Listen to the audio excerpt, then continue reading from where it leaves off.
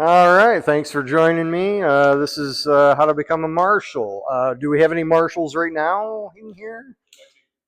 Okay. Yep, yep. All right, cool. So the first question to everybody that's in here that's not a marshal is, why do you want to be a marshal? Because it opens up the availability if the night marshal can't make it, or if we don't.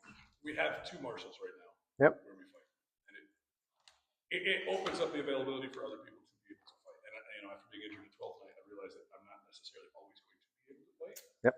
and nobody can fight if there's no marshal. So Great. that's the reason why I want to do it. Who else? I would say to give back to what I've gotten out of it. Okay. A lot of people put in time so I could come out and fight and not stand there with a stick. And I've come in and done a lot of fighting and I've enjoyed it. Yeah. And it's an opportunity to give back. And as you're saying, without the marshals, you can't win. Yep. So you need people. Our fight practices can have very few or quite a few. So it's nice to have the availability of more people to help out. Absolutely. That's a good reason. For Daniel's mental health. Can't run the practice I can. That's a good one too. We don't need our night marshal dropping out. So the first steps to really help you become a marshal is kind of look around, find a senior marshal or somebody that's been a night marshal, or let them mentor you in how to become a marshal. Some people do it different than others. There's different techniques, but it all boils down to the same fundamentals of allowing a fight practice to go on, or helping out at an event, or maybe there's a regional and they just need another line marshal. That you could be that person to say, hey, I'll take it, I'll do it.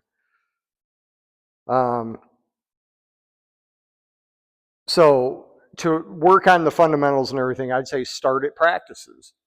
It's a perfect place, to check the people's armor, talk to them, oversee the bouts and everything, and see, if anything flies off. Like we had a pole arm tip fly off up there today. It happens, and somebody doesn't catch it or doesn't notice it, and they spear them in the face with it, or in the ribs. It's going to hurt. Next thing you could do is ask at events. Find the marshal in charge. Say, hey, you need any extra help? Um, fill in on a list. Help somebody take a break. It's all helpful. So what's required? All right. So yeah, you get yourself a Marshall stick. That would help. Some places you can use some other alternative things. We had a couple guys upstairs using a pole or a spear. It gets the point across. A Marshall gauge. If you have yourself a gauge, you can, it's kind of cool to be able to check out your own stuff if you're building it at home. But there's a file on Thingiverse too that you can 3D print if you guys know anybody that 3D prints, and it's perfect. I've measured it with calipers. It measures 995. So 999.5 goes through. It's half a thousand smaller. It's like a third the thickness of a piece of paper. Okay. Cautionary tale. We had somebody print off 7 or 8 3D printed gauges, dropped them off at war. So, do you guys want to use them? Go ahead and use them. Cool. All right. This is great, because we had extra marshals, didn't have a gauge. Sweet. By the end of the day, they worked. Oh, because they use PLA. I'm sorry. Yeah. They use PLA. I printed mine in PETG, so it's not a problem. You do so. Yep. Okay. But yeah, that's true. I didn't think about that. Yeah, it was a great intent, and we loved them for it, but it just, it didn't work out. But yeah. So, what's the main part of being a marshal? Safety, making sure everybody's safe. Yeah. Safety's the key on it. Some combat has combat archery. You got siege weapons involved in some. You got, it's a mixed grab bag, especially if you're talking war practice or war. There's all kinds of ammunition and weapons, and keeping on top of it. There's people for those, but you in general just oversee what's going on, I guess. There may be or may not be a thing coming up with combat archery. I heard a Baldar blunt went through a grill down at Golf Wars. I haven't heard all the specs on it yet, and maybe it was a very, very old Baldar blunt. I don't know, but And it sounded like it stuck in the grill, so it didn't go all the way through. It didn't penetrate. okay. Yeah, I've heard stuck. I've heard gone through. I've heard. Either way, it went through. It went between the grill. Yeah. So primarily that's the standard. That's the go-to is help out at practices, go to events, try and get more experience. Whoever you have that's sponsoring you, make sure they know about it, and they can, double check with the MICs in any event. And, you get that kind of credit going with the regional marshal.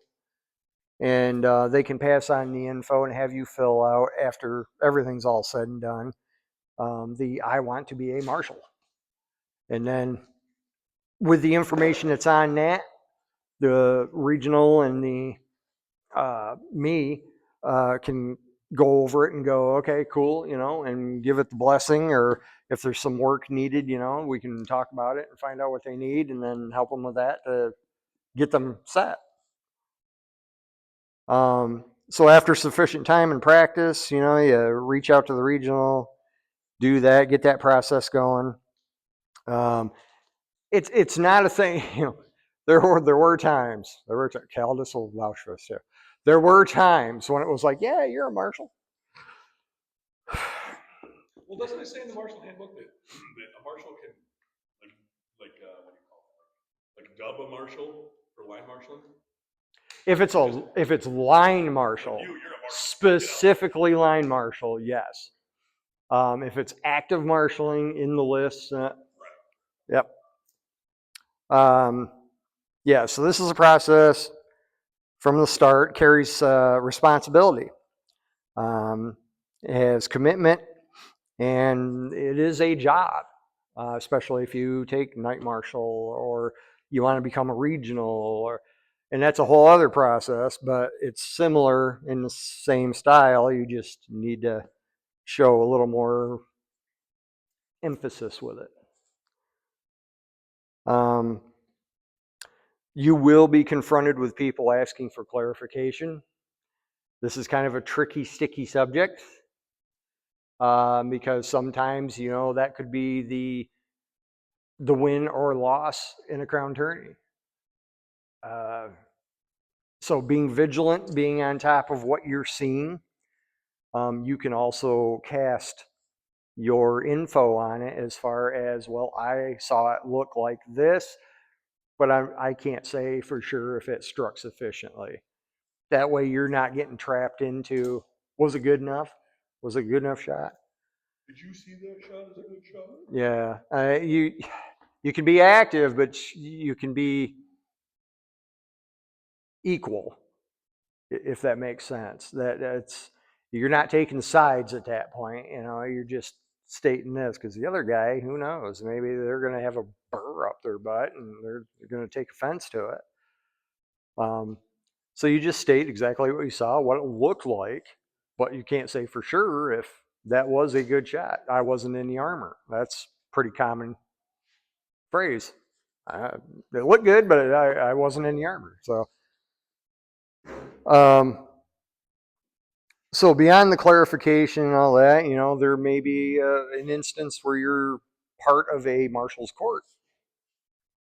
And that's where things go sideways from trying to talk it out in the list to, we're going to talk about it underneath that tent over there. And it's going to involve more people. So at that point in time, you do definitely have to have your facts straight. This is what I saw. This is what I experienced. I heard this, or it did that, and then it goes from there. Usually you don't have to get to that point. Usually people just talk it out or just take a walk, cool off, think about it a minute, and be like, yeah, maybe that could have, that hurts right there where he did hit me. So maybe it was all right. And then the last kind of thing with it, once you get your marshal and all that, just remember that it does expire with your auth card. I just re-upped everything. And so conveniently, you can do it all online now. So in a nutshell, that's pretty much it. Is there any questions on any scenarios or anything you've experienced or? Marshal and authorization. Okay. What we looking for? All right. So what I always do is I go up and I talk to the up and coming fighter. I arrange a sparring partner for them. It's usually whoever's right around that I know fights well and I have no issue with. I get them together. I tell them this is how we're going to do it. We're going to do 3 bouts, half speed. You're going to be defense only. You're going to be offense only. Call your shots. And then after 3 bouts, I switch them. And then from there, we have a little talk. I talk with the other marshal. I talk with the other fighter. And then I get them back together and I say, okay, this time full speed. We're going to do 3 bouts. And then at the very end, whether you die or get killed or whatever, I said fall defensively so I can see how you do that. And So if you're looking at the new fighter, are you looking for safety or are you looking for a degree? I'm mainly safety. That's the main thing. I mean, everybody when they're starting out, they're going to be a low key fighter that's learning. So I'm not expecting perfection. I'm not proficiency needs to be there a little bit, but it's not mandatory. So you're watching for things like craning the leg or Yeah, shield bashing, doing a weird thing with the weapon where it just, you're constantly hitting on the broad side of it, not the blade side of it. Things like that. And if they're acting defensively enough and they're, throwing in the offense enough where it's an equal balance, I'm usually okay with it. They just need to learn more and practice more. what about when they die? Like, so I vaguely remember my authorization about the sword under your head, right? And then you're laying on one of your sides, one way or the other, but you're covered with your sheet. Yep, you alternate your legs so your knees aren't together, your ankles aren't together, but they're. Yep. Yeah, and if you have your shield, you lay it right on top of you. One of the things I used to be a guinea pig for Nug, who would step on a person with the shield on here. Did you feel anything? No, good. All right, and he'd jump off. It's doesn't have to be that complicated or that forceful, but yeah. So yeah, I mean it's not a hard thing to do or learn. It's just it takes experience to do it and feel confident with your own judgment. Usually you can always talk to the other marshals too, see what their viewpoint was, what their angle of it, what they thought it looked like. That's part of being a team on, any list. Would you touch base a little bit on melee marshaling? Because that's a much different animal. Okay. When we were at the Region 5 muster and I was MIT for that, things like when there was a barricade that was supposed to be entrance into a house, not throwing over the barricade, throwing shots over the barricade because there'd be a wall there. Okay. People dying in the middle of a large melee, falling to the ground. Mm-hmm. Do you stop? You tell them, say, hold, there's a person on the ground. Here is a thing that it's been talked about and moved around, and I'd kind of like to see it happen. Just because there are sustained injuries for people falling on the ground. Yep. Just walk off the field. Put your sword on your head and walk off. Yeah, but my concern is like, and I saw it a bunch at Region 5 Buster, and I kind of got some guff from some people for stopping it in the middle of when the action was getting good. Mm-hmm. But, I'd see a weapon on the ground, and my concern was someone step on it and fall. Or Okay. I would see someone fall to the ground and be on their backside, and I would call a hold to get the person off the field. It's not horrible. Yeah. The weapon, it's hit or miss. Somebody could just kick it off to the side or something. I mean, I used to do it with archery bolts all the time, just kick them out of the way so I'm not stepping on them or anything. But as far as stopping the fight, whether it's getting good or not, if there's somebody that is having a hard time getting, I know that. I'm asking for a matter of what is the expectation for Marshall. safety is the first thing. So if someone falls on Yeah. the ground and they're getting trampled over, calling a hold is like that's what you do. Yeah, if it's, I'd give it like 5 seconds. Okay. Give it some time. Yeah, just give it a little bit of time. You know, if they might flip over, they might just get up and walk off. They, you I know, know it's up to them to die safely, but at the same time, you don't if they pile up like 8, 10 bodies in the area, yeah, call it and get them out of there. Because it happens on the bridges all the time at Penzic, and it's, That's one of the reasons I was talking about, because I talked to somebody about it. or you have their helms pop off their head. That's always fun. That's an immediate Oh yeah, definitely. That's no holds barred. That's a hold. And you just done. Anything else? So sign up online to apply. Well, first, what I would do is I would get a hold of somebody that you want to talk to about having them be your mentor as far as learning being a marshal. Start with that, and then after you get some time under your belt and all that, definitely reach out and fill that out and say, hey, what do you think? You know, I've done this, I've marshaled that, I've helped out here. So I guess my question would be, I did the muster, and I'm scheduled to marshal for Spring Crown. Okay. Paperwork wise, what are we gonna do? Right now, nothing. Wait till after Spring Crown. Yeah, it'll be cool because I'm in charge. So, So, for example, Adam Myers and my yeah, thank you, brain freeze. He's been my deputy for what, 3-4 months now? 3-4 months. He's MIT, but we've also done some authorizations here. We've run scenarios like, okay, a hold has definitely been yelled. You know, this isn't safe. I'm just giving an example of like how much you need to do to become a marshal, essentially. This right here, this is an official event. He helped get people inspected. So that's another example. Tomorrow, another day, help people get inspected. mm-hmm. You know, stuff like that. Yeah, that's what I'm saying. Just keep doing things like that. And probably it's a 6 month time. If he's feeling really super confident, if you guys have an event up here, put him in charge. See how he does. Yeah, and a lot of it is confidence.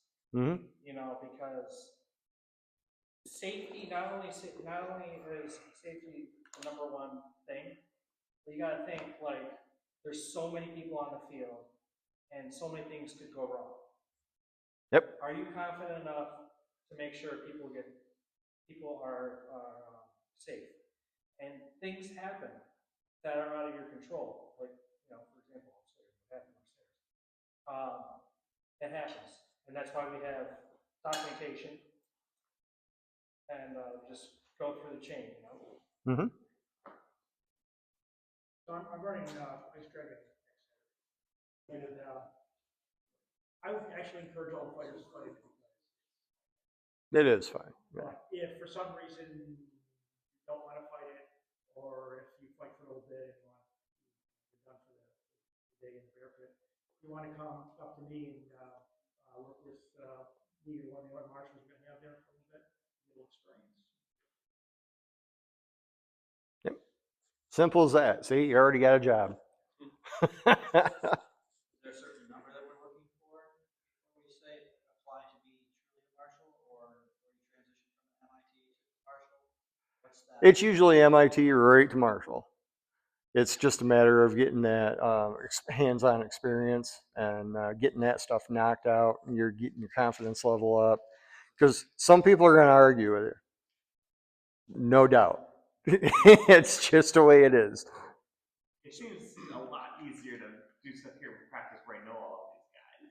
Oh yeah, Because you yeah. have rapport with the people. It's much easier to say, hey, Yep. that's not safe to somebody that trusts your judgment. No, yeah. Somebody that doesn't know you say, hey, don't do that, that's not safe, they're more inclined to give you guff. Sure. Who are you? Sure. So how does it work with the different marshals put a all thrusting playing tip at on the the same thrusting time? tip. Like the combat Pretty sure archery this should be marshal, okay. the siege marshals, and the heavy fighting marshals. Is just a level discussion field? Are you talking? Are you talking Penzic or? Well, it happens in more than just fencing. Okay. In general, if there's more than just one type of fighting, one game, how do different marshals play together? They usually just maintain their own. So combat archery will maintain their own combat archers. There was a stipulation on there to be a combat archery marshal. You had to be a heavy weapons marshal. I've been in the process of changing that because it's crazy to think that, okay, I'm not fighting in heavy at all. Why do I have to get a marshal in that? You know what I'm saying? So that's why I'm trying to change it, so you guys can get more marshals without having to jump through that hurdle. Yeah, so if there is an issue, is there a ranking, a precedent? Usually the heavy marshal in charge is the ultimate in charge. Yeah, because it's in charge. Yeah, he'll definitely consult the combat archery marshals or the equestrian marshals or anything, and see what happens, see their viewpoint, and if there is an issue above and beyond, then you're going to have a big talk. But usually it's you take care of your specific thing, and unless there's an issue, we're all good. So, and if I had some overlap between when I was doing mountain archery and they needed the archery to inspect it. So I was suddenly, as a target archery marshal, doing martial gear stuff, was out doing an equestrian marshal. So is there any rules against that? Is there any overlap like that in other? Depending on who the marshals are, there may be an issue, but I mean, anybody that's a combat archery marshal can inspect the combat stuff, and then you have your equestrian marshal overseeing the equestrian side of it. So between the two, should be able to just work everything out and get it. Yeah. Is inspected by the heavy general safety inspection. Yeah. Materials, bow and archery. All through the. Yep.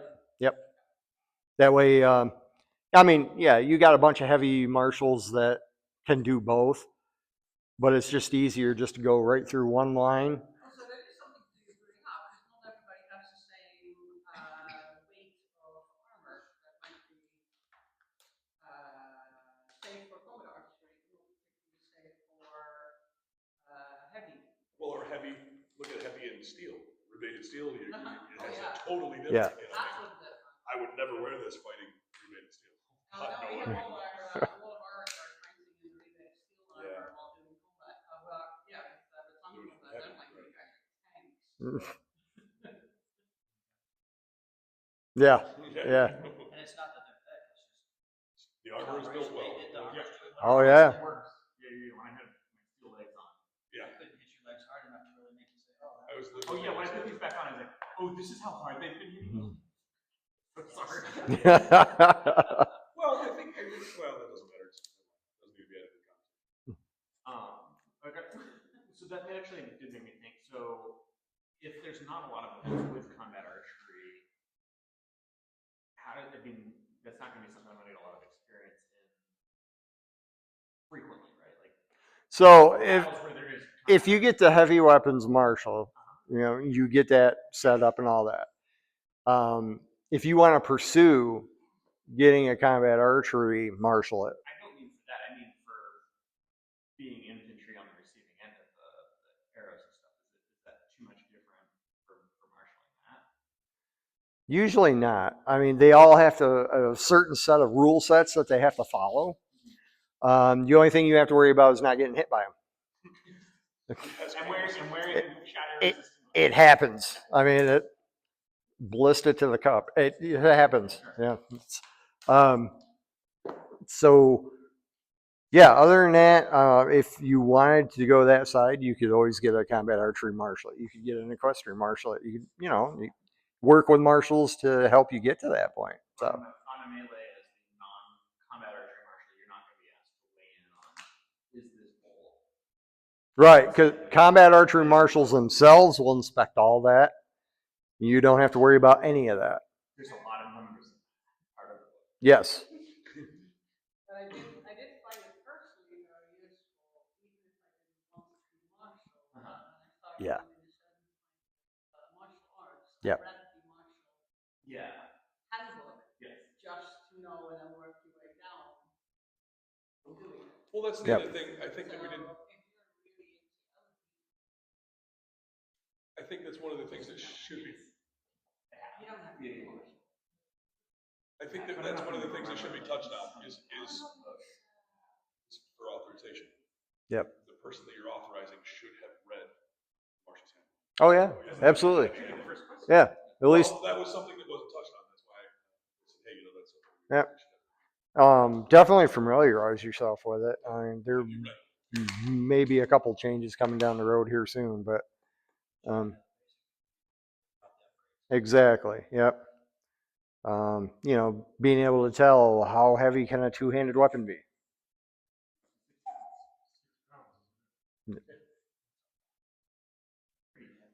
Yeah. Yeah. We can get one. Yeah, that's not a problem. There's usually one in the trailer just in case. Yep. You don't want to get hit by it. Yeah. Yeah. If it's a boat order, I say boat order. My son made one that was borderline. Yeah. And there was no way in hell I was going to let him do that. No way. No, that's way too heavy. Well, I don't. That's too heavy. I'm not going to. And he got all pissed off, cut it down, and then I let him fight with it. But it was heavy. It was a piece of that punk stick, the stuff that Master Eric sells. It was literally this big around, and he just shaved the sides. Absolutely not. It's like a 2x4x4. No way. Yeah. Any other questions? Yeah. If you've got the safety and you know you're going to be within range where someone could accidentally hit you, why are you guys not wearing hats and cuffs? That's because we are godlike, and it will not happen unless you're Angus. No, there's always a risk, and usually if there's any big melee that has combat archery, you have to wear special safety glasses just in case you get hit in the eye. A lot of marshals will either wear some sort of hat, either it's a regular fighting helmet or it's a hard hat or something like that. You'll see it all the time. Some of them dress them all up real nice and everything, or it doesn't, they're black and yellow and, they look kind of cool. Good use for kind of more dress kitty stuff, right? Like Yeah. without a grill on. Yep. Yeah. But yeah, it depends on where you're standing, what proximity you are, how confident are you you're not going to get hit. Sir B at the 5 Buster was like in it. I was like, you are nuts. I mean, there were spears like here. She's like, no big deal. I'm thinking, no way. I backed up a bit. Yeah. It was nuts. If you're within range, you are in danger. Well, Yep. yeah, but that's a risk you take for one, right? And two, take a step back. Yeah. Right? It's not a requirement for a marshal to wear a helmet. But do you think maybe it should be? Well, I don't know. I don't think so. I think if the fighting is moving that close, You call it hold. right? You say, wait a second, you're moving too close. Go that way. You don't need to be that tight Right. to see what's going on. Yeah. Yep. Yeah, exactly. You don't need to be right here. It's not a wrestling referee that has to be right up in there to see that little touch. Yeah, it's like I'm not getting in the middle of a bridge battle just to see something toward the middle of it. Nope. I'm all right out here, 4 foot away from the bales. I'm watching everything. Yeah. I've got 3 fighters that are chasing down a glade. I know that glade is going back. Yep. They're coming toward me. All right, so I guess one more time to touch back on spring prime. that spring crown will be. I've done a melee